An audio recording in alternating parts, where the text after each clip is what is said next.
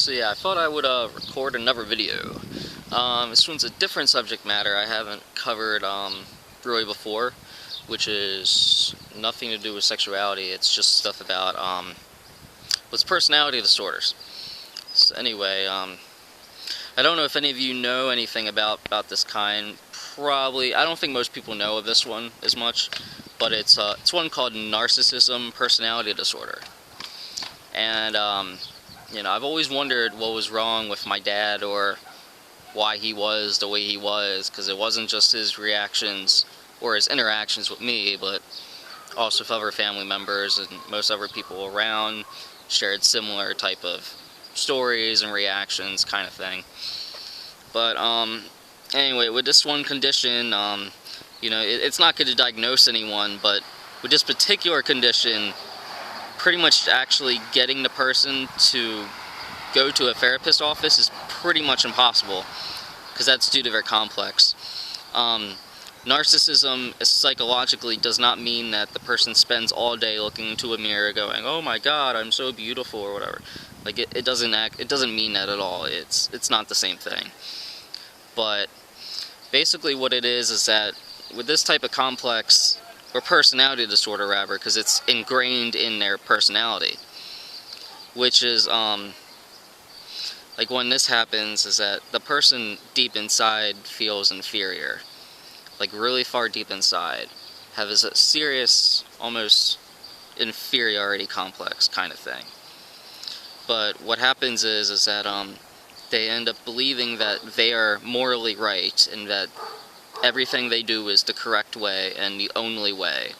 And they end up convincing this to such a point where they believe that basically they're better than everyone else. And that, but they don't actually believe it. That's what they've cultivated themselves to believe, just through life, as a coping mechanism. It basically started as a coping mechanism for a type of anxiety or depression, but it becomes a core trait of the person's personality to where it's so ingrained to where, and starts at an early age that they can't even change it. But anyway, so if you know the guy Fred Phelps from Westboro, or most of the time there's cult leaders are usually prime candidates for this type of personality disorder. It's sort of on a path of it's on part of the it's how I can explain it. Basically, there's general narcissism. Then the next step is malignant narcissism, which is what a guy like Fred Phelps, I believe, has. And then there's psychopathy. Pretty much, if you have regular narcissism, it's not very likely that the person's going to be a murderer or anything, but if the person's a psychopath, it's pretty likely that the person would be a murderer. Because basically, I mean, I'm kind of rambling, so I'm trying to get to the point. But what it is basically is that the person, believes that they can't handle anyone that's different from them. So their coping mechanism ends up being fear. When they see someone that is different from them in any way, shape, or form, a different haircut, different shoe, a different job, a different house, a different wife, a different friend, anything, all that is seen as a threat to the person with narcissism. So as a coping mechanism, what the person with narcissism does is he belittles every single person around him.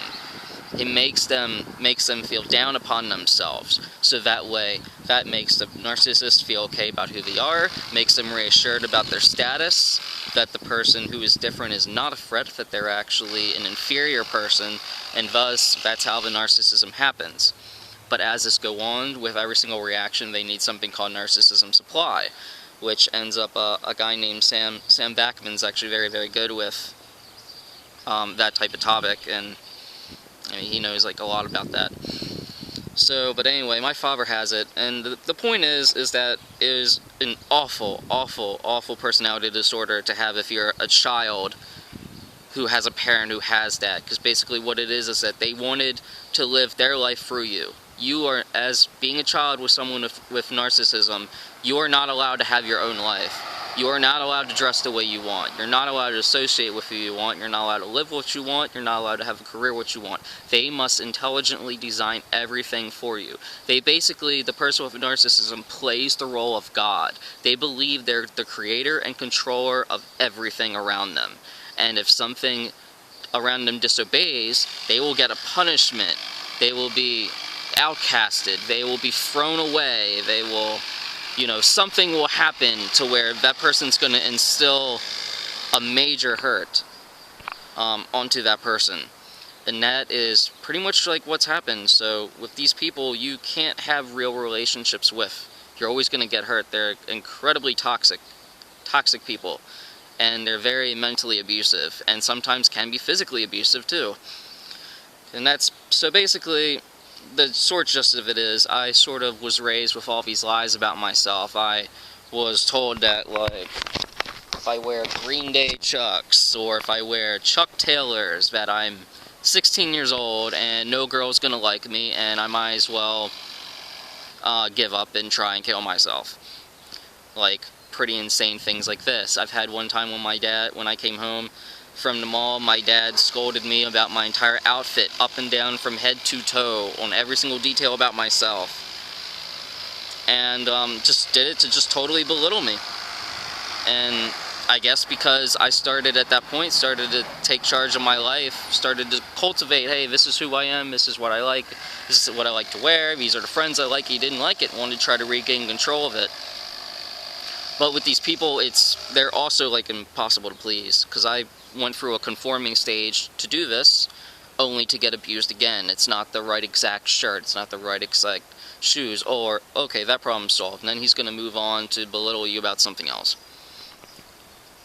So that's pretty much, that's pretty much the way narcissism is, and the only way I, for myself, have been able to actually, as a child with a parent who had narcissistic personality disorder, the only way I could regain control of my life was to understand that my father had this diagnosis. And so pretty much once I did that, I realized that all these lies that I've been told, because that's basically what it is, just all lies being imprinted into my head, once I realized that they were definitely legitimate lies, and that my dad had this thing, then I stopped believing in them, and then I started getting control of my life and doing all these things that I like doing myself, but having more confidence and more assured self, respect and more kindness to myself, and that's kind of the only way. And I tried to have contact with him, but he's impossible to have contact with. So, if you are a person who knows someone with this, or a child with it, I would highly recommend reading books about it, so you can get control of your life, because that's what you have to do. That's the only way to stop it. You have to take total control of your life, and the only way to get rid of the shame is to understand the abuser's condition, because that's kind of what it is abuse. Alright, so hope this video helps. Learning about it certainly helped my life a lot, and my life's gotten significantly better, and I've been able to finally start to grow into an adult since then. Alright, so hope it helps. Bye.